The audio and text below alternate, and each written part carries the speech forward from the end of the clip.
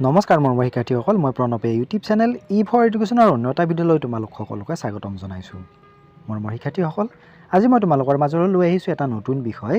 সেই বিষয়টো হৈছে জেনেৰেল ষ্টাডিজ বা সাধাৰণ অধ্যয়ন। এই বিষয়টো আৰ্টছ, ছায়েন্স বা কমাৰ্চ যিকোনো শাখাৰ কাৰণে বাধ্যতামূলক। আৰু আজি মই এই বিষয়টোৰ ইউনিট নাম্বাৰ 1ৰ যিখন অনুশীলন তাৰে উত্তৰসমূহ লৈ আহিছোঁ। তেতিয়াহ'লে আহাচোন পলম নকৰি আজি ভিডিঅ'টো আৰম্ভ কৰোঁ। আৰু তাৰ আগতে তোমালোকলৈ এটা অনুৰোধ, এই চেনেলটো যদি ছাবস্ক্ৰাইব কৰা নাই তেতিয়াহ'লে ছাবস্ক্ৰাইব কৰি দিবা আৰু কাষতে থকা বেল আইকনটো প্ৰেছ কৰি দিবা। মই দিয়া এনেকুৱা ধৰণৰ শিক্ষামূলক ভিডিঅ'সমূহ নিয়মিতভাৱে পাই থাকিম।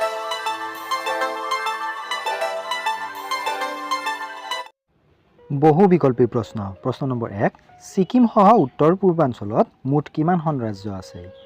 এ 6খন, বি 7, চি 8, ডি 9। ইয়াৰ শুদ্ধ অপশ্যনটো হৈছে চি 8খন। 2 নম্বৰ প্ৰশ্ন, উত্তৰ পূৰ্বাঞ্চলৰ মাজভাগত কোনখন ৰাজ্য অৱস্থিত? A Meghalaya, B Assam, C Manipur, D Tripura. ইয়াৰ শুদ্ধ অপশ্যন হৈছে বি অসম। প্ৰশ্ন number 3, British East India company কেতিয়া ভাৰতলৈ আহিছিল? A 1498, B 1608, C 1757, D 1826। ইয়াৰ শুদ্ধ অপশ্যনটো হৈছে বি 1608 চনত। 4 নম্বৰ প্ৰশ্ন, ইয়াণ্ডাবু সন্ধি কেতিয়া স্বাক্ষৰিত হৈছিল? এ 1757, বি 1817, চি 1826, ডি 1857। ইয়াৰ শুদ্ধ অপশ্যনটো হৈছে চি 1826। প্ৰশ্ন নম্বৰ 5, ব্ৰিটিছসকলে অসম দখল কৰাৰ আগতে কোন ৰাজবংশই অসম শাসন কৰিছিল? Option A Mughal, B Ahom, C Gupta, D Maurya. ইয়াৰ শুদ্ধ অপশ্যনটো হৈছে অপশ্যন নম্বৰ বি আহোম। প্ৰশ্ন নম্বৰ 6, উত্তৰ পূব শব্দটো উৎপত্তি ক'ৰ পৰা হৈছিল? এ মোগল সাম্ৰাজ্য, বি ব্ৰিটিছ প্ৰশাসন, চি জনজাতীয় পৰিষদ, ডি ভাৰতীয় সংবিধান। ইয়াৰ শুদ্ধ অপশ্যন হৈছে অপশ্যন নম্বৰ বি ব্ৰিটিছ প্ৰশাসন।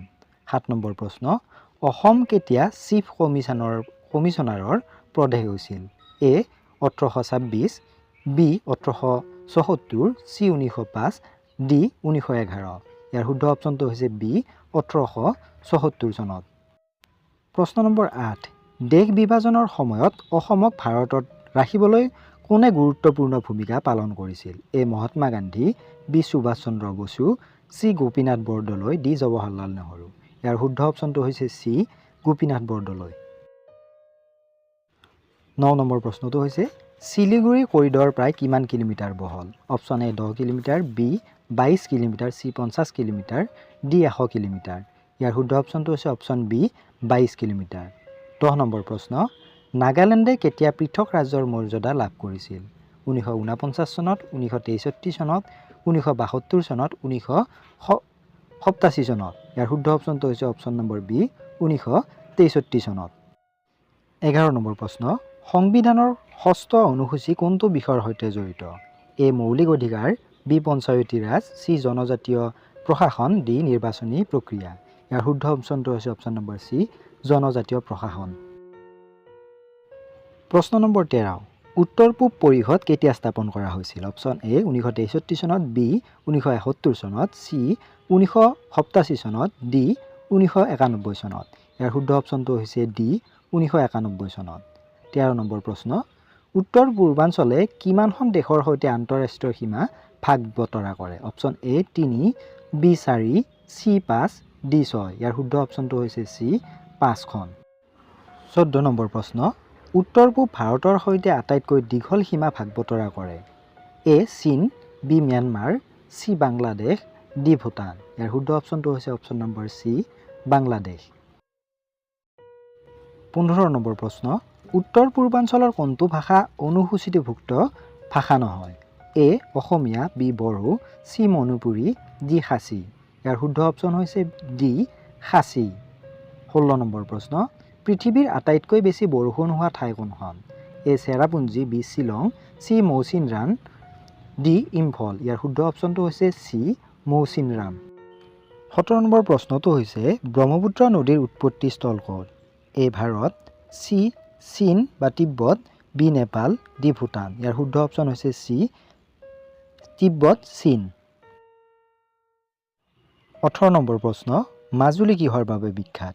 এ সৰ্ববৃহৎ হ্ৰদ, বি সৰ্ববৃহৎ মৰুভূমি, চি সৰ্ববৃহৎ জনবসতিপূৰ্ণ নদীদ্বীপ, ডি সৰ্ববৃহৎ অৰণ্য। ইয়াৰ শুদ্ধ অপশ্যন হৈছে অপশ্যন নম্বৰ চি সৰ্ববৃহৎ জনজাতিপূৰ্ণ বা বসতিপূৰ্ণ নদীদ্বীপ। 19 নম্বৰ প্ৰশ্ন, অসমে ভাৰতৰ মুঠ চাহ উৎপাদনৰ প্ৰায় কিমান শতাংশ উৎপাদন কৰে? এ 25%, বি 40%, চি 50%, ডি 75%। ইয়াৰ শুদ্ধ অপশ্যন হৈছে চি 50%। 20 নম্বৰ প্ৰশ্ন, ব্ৰহ্মপুত্ৰ নদী কোন ৰাষ্ট্ৰীয় জলপথ? ইয়াৰ অপশ্যনকেইটা হৈছে A national waterways 1, B NW2, C NW3, D NW4। ইয়াৰ শুদ্ধ অপশ্যন হৈছে বি NW2।